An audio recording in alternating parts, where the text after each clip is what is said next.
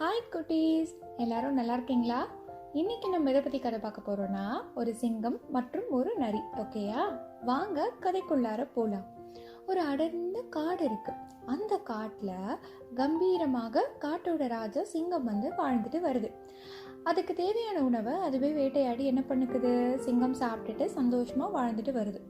ஒரு நாள் ஒரு நரி வந்து இந்த சிங்கத்தை பார்க்க வருது. வந்துட்டு இந்த சிங்கத்துக்கிட்ட சொல்லுது, ராஜா ராஜா, நான் எப்படியாவது வந்து உங்கள் கூடயே இருந்துக்கிறேனே, உங்களுக்கு தேவையான உணவை வந்து மிருகங்களை வந்து நானே வந்து வேட்டையாடுகிறதுக்கு உதவி பண்ணுறேன். எங்கே இருக்காங்க, எப்போ வேட்டையாடலாங்கிற விஷயத்தெல்லாம் நான் உங்களுக்கு சேகரித்து சொல்கிறேன். நம்ம 2 பேரும் கிடைக்கக்கூடிய உணவை வந்து பகிர்ந்து கொண்டு உண்ணலாமா அப்படின்னு சொல்லி ஒரு திட்டம் தீட்டி அந்த நரி வந்து சிங்கத்துக்கிட்ட கேட்குது. உடனே சிங்கம் யோசிக்குது. சரி, ஓகே, பரவாயில்ல, என் கூடயே இருந்துட்டு போ. ஆனால் நான் போக போக நீ நடந்துக்கிற விதத்தை பொறுத்து தான் நான் உன் கூடயே வச்சிருப்பேன். என்கிட்ட எந்த வம்பும் பண்ணக்கூடாது அப்படின்னு சொல்லி சிங்கம் நல்லா எச்சரித்து அந்த நரியை வந்து தன் கூட கூட்டாளியாக சேர்த்துக்குது. இந்த நரியும் வந்து சிங்கத்துக்கு ரொம்ப விசுவாசமாக நடந்துட்டு வருது. எங்கெங்கெல்லாம் மிருகங்கள் இருக்குது, எப்போ வேட்டையாடலாங்கிற விஷயத்த ராஜா கிட்ட எடுத்துகிட்டு வந்து சொல்லுது. சிங்கமும் அதுக்கு தகுந்த மாதிரி வேட்டையாடி கிடைக்கக்கூடிய உணவை வந்து 2 பேரும் என்ன பண்ணிக்கிறாங்க, பகிர்ந்து சாப்பிட்டுட்டு சந்தோஷமாக வாழ்ந்துட்டு வராங்க. இப்படியே கொஞ்ச நாள் போகுது. ஒரு நாள் இந்த தந்திரக்கார நரி வந்து யோசிக்குது, என்னடா இது, எப்போ பார்த்தாலும் நம்ம வந்து போய் கஷ்டப்பட்டு விஷயத்த வந்து சேகரித்து ராஜா கிட்ட வந்து சொல்கிறோம். அவர் வந்து போய் வேட்டையாடி நிறைய சாப்பிட்டுட்டு நமக்கு பகிர்ந்தாலும் கொஞ்சோண்டு தான் கொடுக்குறாரு. இது வந்து சரியில்லையே, நம்மளா போய் ஏதாவது ஒன்று பண்ணுவோமா அப்படின்னு சொல்லி யோசிக்குது. யோசிச்சு நரி என்ன பண்ணுது, சிங்கத்துக்கிட்ட போய் சொல்லுது, சரி சரி, நம்ம கூட்டணி வச்சு எனக்கு ஒன்றும் பெருசாக வந்து கிடைச்ச மாதிரி இல்லை. இன்னைக்கு நான் என்ன பண்ண போறேன்னா, நானே உங்ககிட்ட சொல்லாமல் தனியாக போய் வேட்டையாட போகிறேன் அப்படின்னு சொல்லிட்டு இந்த நரி சொல்லிட்டு அன்னைக்கு காட்டுக்குள்ளார போகுது. நிறைய விலங்குகளை பார்க்குது. நிறைய நினச்சிருந்தா தனக்கு சமமாக இல்லை தன்னை விட பலத்தில் கொஞ்சம் கம்மியாக இருக்க மாதிரி இருக்கக்கூடிய விலங்குகளை வேட்டையாடி சாப்பிட்டு இருந்திருக்கலாம். அதை விட்டுட்டு நிறைய யோசிக்குது, சரி இன்னும் வரட்டும், இன்னும் ஏதாவது ஒரு பெரிய மிருகம் வரட்டும், இன்னைக்கு செம்மையாக நம்ம சாப்பிட போகிறோம் அப்படின்னு சொல்லி அப்படியே யோசிச்சுட்டு கற்பனை பண்ணிக்கிட்டே நின்றுட்டு இருக்கு. அப்போ அந்த பக்கம் ஒரு பெரிய யானை கூட்டம் போயிட்டு இருக்கு. அதில் ஒரு யானை வந்து மெதுவாக ஓரமாக இந்த நரி இருக்கிற பகுதியில் வந்து நடந்து வந்துகிட்டு இருக்கு. அப்படி இந்த நரி வந்து யானையை பார்க்குது. பார்த்தோன்னா சான்ஸே இல்லப்பா, செம, எப்படியாவது இந்த யானையை வந்து நம்ம அடிச்சு சாப்பிட்டா எப்படி இருக்கும் அப்படின்னு சொல்லி யோசிச்சுட்டு கபால்னு என்ன பண்ணுது, இந்த நரி யானை மேல பாஞ்சிடுது.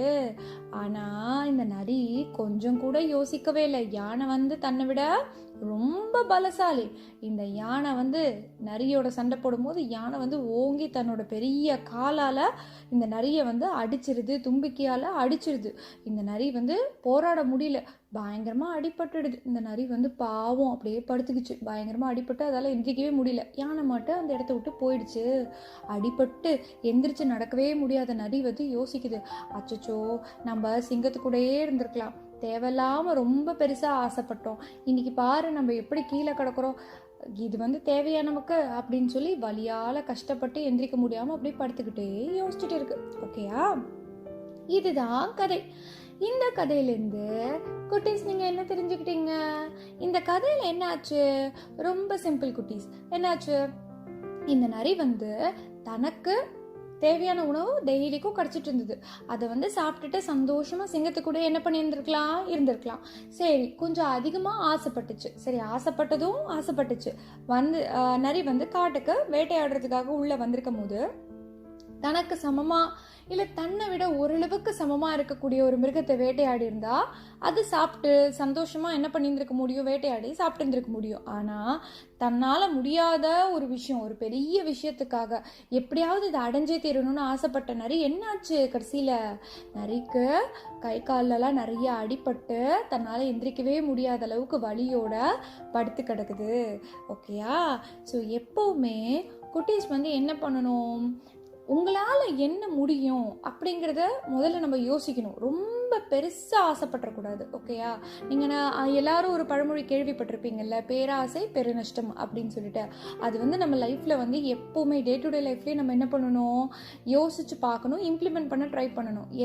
நம்மளால ஒரு விஷயம் முடியுமா முடியாதான்னு பார்த்துக்கணும். முடியாத இல்லை நம்ம தகுதிக்கு மீறி இல்லை நம்ம கற்பனை சக்திக்கு மீறிய ஒரு விஷயத்த நம்ம ஆசைப்பட்டுட்டு அதுக்காக நம்ம கொஞ்சம் கூட யோசிக்காம நம்ம ட்ரை பண்ணோம் அப்படின்னா கடைசியில் அதனால கண்டிப்பாக நம்மளுக்கு ஏதாவது ஒரு தீமையோ இல்லை ஏதாவது ஒரு கஷ்டம் கண்டிப்பாக சேரும். ஸோ அதனால எப்பவுமே அளவாக ஆசைப்படணும், அதற்கான முயற்சிகள் பண்ணிட்டு நம்மளுக்கு தேவையை பூர்த்தி பண்ணிக்கணும். ஓகேயா? ரொம்ப பெருசாக ஆசைப்பட்டு டக்குன்னு அதை நிறைவேறணும் அப்படின்னு சொல்லி நினச்சிட்டு எந்த ஒரு செயலையும் செயல்படுத்தக்கூடாது. ஓகேயா? இதுதான் இன்றைய கதை. நான் மறுபடியும் வேற ஒரு கதையோடு உங்க எல்லாரையும் மீட் பண்றேன். அது வரைக்கும் பாய்.